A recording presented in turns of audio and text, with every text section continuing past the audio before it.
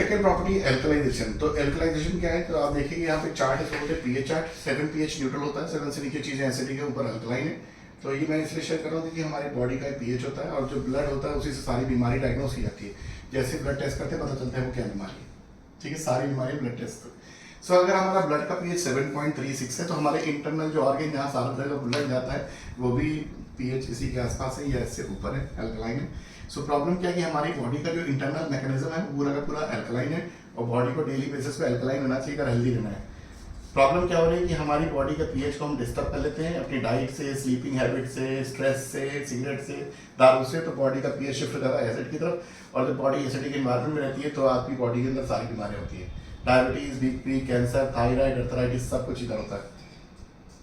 और वो बीमारी नहीं, वो कंडीशन है, बिकॉज आपकी बॉडी फंक्शन नहीं कर पा रही ठीक से, उसको हमने बीमारी का नाम दे दिया है। अगर बॉडी नॉर्मल है तो नॉर्मल फंक्शन कर रही है। प्रॉब्लम क्या है कि हमने उसको इन्वायरमेंट ही नहीं दे रहे कि वो नॉर्मल फंक्शन कर पाए, तो क्योंकि बॉडी इस इन्वायरमेंट में नॉर्मल फंक्शन कर नहीं सकती, इसलिए वो किसी न किसी सिम्टम्स के रूप में चीज़ें दिखाती है। तो उसको हम बीमारी का नाम देकर उसका ट्रीटमेंट करते हैं जो कभी ठीक नहीं होता, इसलिए हम लगातार दवा खाते रहते हैं।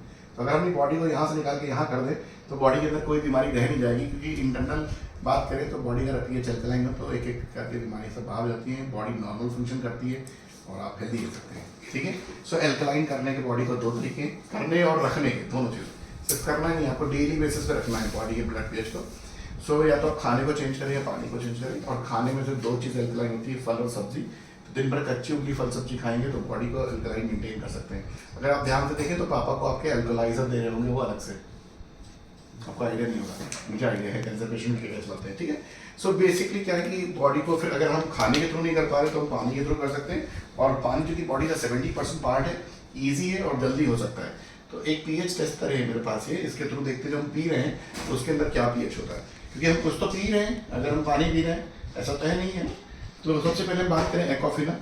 तो अगर मैं एक्वाफिना में डालूंगा तो आप देखेंगे पीला हो जाएगा पानी, तो हमें पता नहीं होता, इवन डॉक्टर को नहीं पता होता। मैं तो शेयर करूँगा, एक मेरे दोस्त के फादर का कहाँ से गंदी फील होगा इंसान, करेक्ट। तो लोग ये पानी पी रहे हैं शहरों में जो तेज़ाब है, और इसकी वजह से बॉडी का एनवायरनमेंट और एसिडिक हो रहा है और बीमारी की तरफ बढ़ रहे हैं। ये पहाड़ों से है पानी, इसमें डालोगे तो इसका जो पीएच है आप देखेंगे वो अल्कलाइन साइड पे है।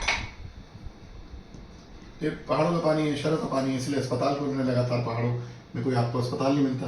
और ये कोल्ड ड्रिंक है प्योर एसिड, जो कि खा पी रहे हो 7 या 7 से नीचे पीएच है, बॉडी मेंटेन करना मुश्किल है।